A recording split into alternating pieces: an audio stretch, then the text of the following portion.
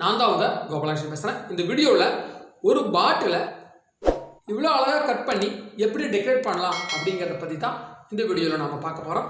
வாங்க நம்ம இந்த வீடியோக்குள்ளே போகலாம்.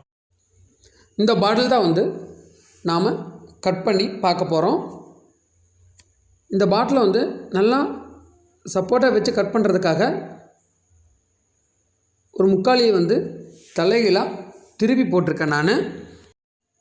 இப்போ இந்த பாட்டிலை நாம் அந்த கார்னரில் வச்சு டைட்டாக பிடிச்சிக்கலாம். டைட்டாக பிடிச்சிட்டு நான் கட் பண்ண போகிறேன். இதுக்கு நாம் இந்த கிளாஸ் கட் பண்ணுற அந்த கிளாஸ் கட்டரை நான் வாங்கியிருக்கேன். இது நான் மார்க்கெட்டில் 75 ரூபாய்க்கு வாங்கினேன். அமேசானில் பார்த்தீங்கன்னா ரேட் ரொம்ப அதிகமாக இருந்துச்சு, 230 ரூபா ரேஞ்சில். நீங்கள் ஹார்ட்வேர்ஸ் கடையில் கூட போனீங்கன்னா கண்டிப்பாக இது கிடைக்கும்.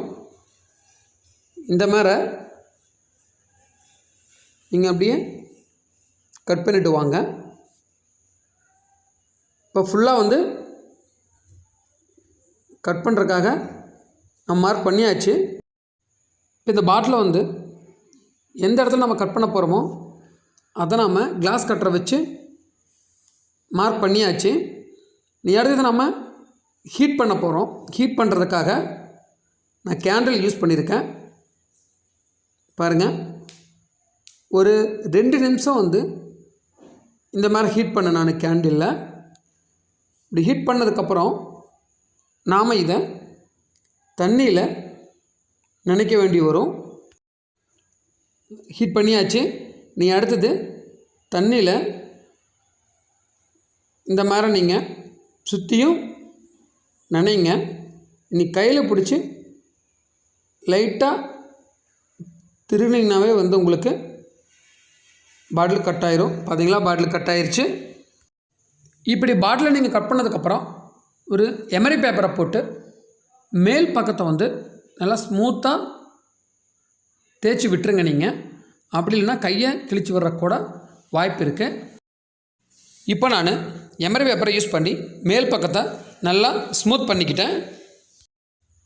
அடுத்தது இனி அழகாக தெரிகிறதுக்காக பாட்டிலுக்குள்ளே ஃபிஷ் டேங்கில் நாம் யூஸ் பண்ணக்கூடிய அந்த கலர் ஸ்டோனையெல்லாம் நான் போட்டு நிரப்பிக்கிறேன்.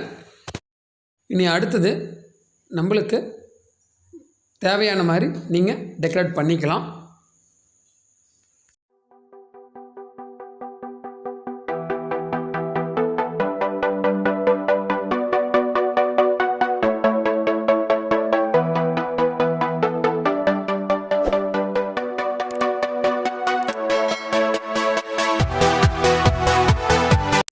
இந்த வீடியோ கண்டிப்பாக உங்களுக்கு பிடிச்சிருக்குன்னு நினைக்கிறேன். பிடிச்சிருந்தா லைக் பண்ணுங்கள். உங்களுக்கு எது ரிலேட்டடான வீடியோ வேணும் அப்படிங்கிறது கண்டிப்பாக நீங்கள் கமெண்ட்டில் தெரிவிங்க. அந்த வீடியோ போகிறதுக்கு நான் ட்ரை பண்ணுறேன். மறுபடியும் வேற ஒரு நல்ல வீடியோவில் உங்களை நான் சந்திக்கிறேன்.